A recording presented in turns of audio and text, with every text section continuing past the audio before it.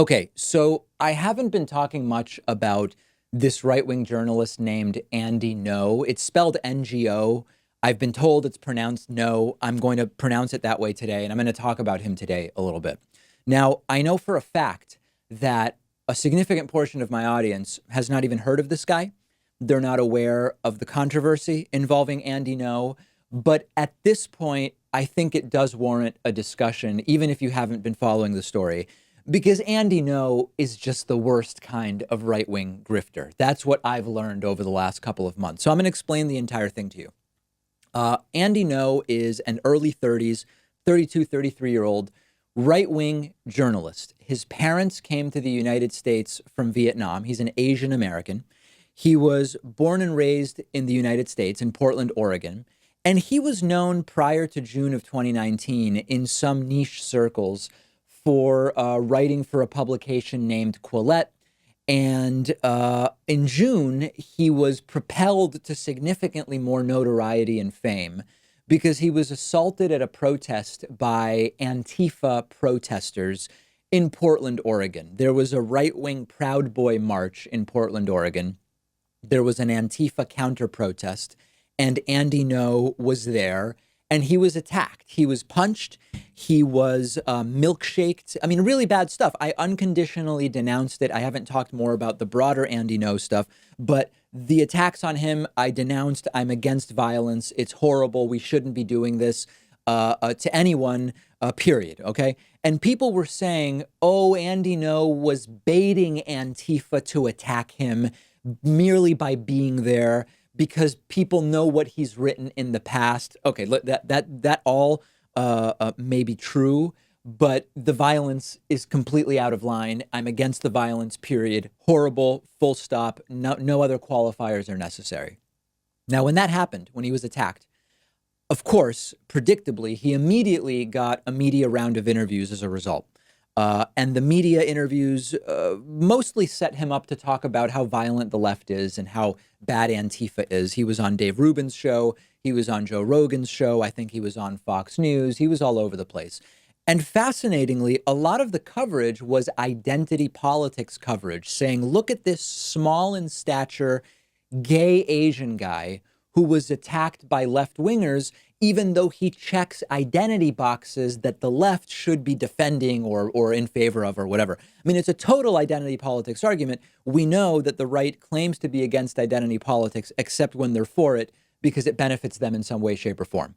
But then things started to sort of not make sense about Andy Ngo. So first of all, he had claimed that the milkshakes that were thrown at him, which I'm against, period, the milkshakes that were thrown at him contained concrete, which of course would conceivably harden and do serious damage to a human body.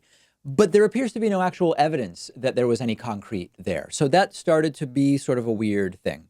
Then I asked myself, when I watched interviews with this guy, why does Andy Ngo sort of speak in a British accent now, when if you look at videos from just a few years ago, he had a standard American accent and he was raised in Portland, Oregon. It's no crime to adopt a random accent. We know, what was it? Madonna has done it, right? But the people that do that, it's an odd thing to do. And often for me, it signals that there may be sort of more to the person. It's rare that all they do that raises questions is adopt an accent that doesn't correspond to where they were raised. Okay. But then it gets really bad journalistically. Okay. Andy Ngo starts reporting that at another Portland, Oregon protest, Antifa attacked right-wingers with hammers. He tweeted, Antifa attacks people on a bus. They try to pull them out and hit them with a hammer.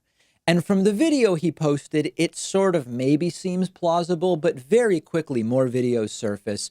And you actually see that the Antifa people, we might call them the counter-protesters, were pounding on the windows of a bus containing right-wingers from a white nationalist group.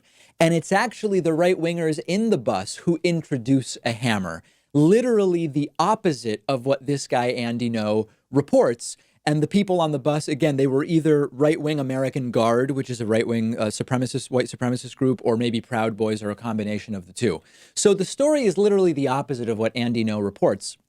And then what Andy Ngo follows up with is, oh, right, it was the right-wingers who introduced the hammers.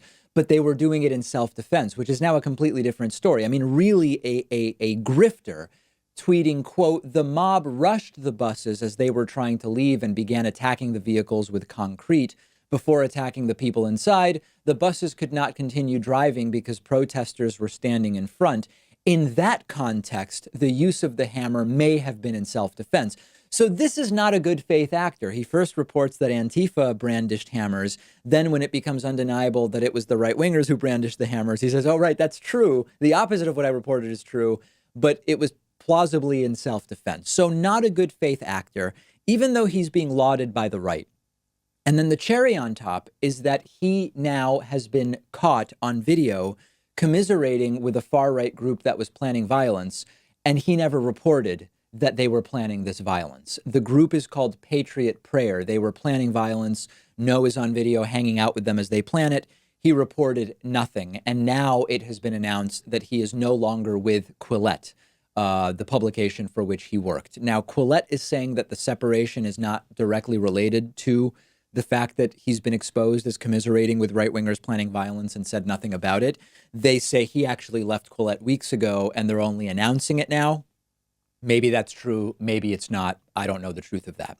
So the big picture is, first of all, not surprisingly, someone that the right decided to hold up as both a martyr and a hero of sorts is not either of those things, and really is a bad faith actor who was attacked, and I am against the violence, and he shouldn't have been punched and milkshaked. Okay, I want to be absolutely and totally clear.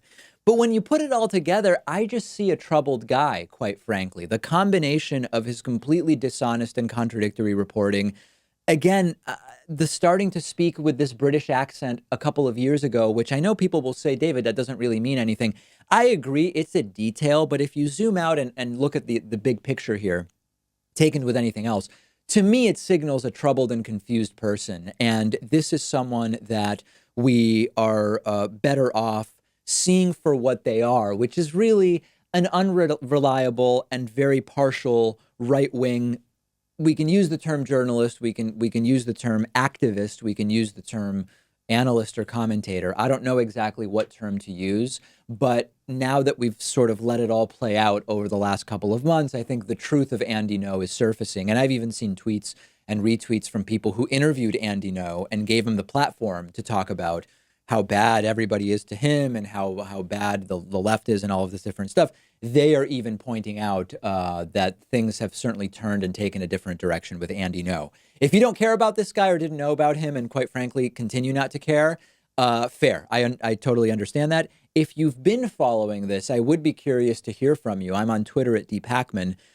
Has your view changed about Andy Ngo from the beginning in June when this story and his being attacked came to prominence to now? Has your view changed or has it not? Was it always a negative view? Does it remain positive? I want to hear from you. I'm on Twitter at @Pakman. The show is on Twitter at David Pakman Show, and I hope you will join me this week. This week I will be doing once or twice in the evening live Twitch streams at twitch.tv/David Pakman. Make sure you're following me there, and I hope to see you at one of my streams. Today's program brought to you in part by Blinkist.com/Pakman. Blinkist is a great service that I use all the time. What they do is they take thousands of the most popular nonfiction books, including the newest bestsellers. They condense them into 15-minute audiobooks that you can listen to, and you still get the most crucial information and insights from each book. And I've listened to a ton of books on Blinkist. I recently checked out Soccernomics by Simon Cooper. We do have, after all, the World Cup going on recently. We also have been talking about BS Jobs, and there is a great new book, BS Jobs by David Graeber, which I listened to on Blinkist. They're constantly adding new books to the platform. You will never run out of fascinating and critically acclaimed books to enjoy. And our audience can get a 7-day free trial by going to Blinkist.com/Pakman. If you're watching on YouTube, I'm putting a link in the video description. And after the free trial, if you like it, you can continue enjoying thousands of condensed audiobooks for about $5 a month. That's BLINKIST.com /PAKMAN.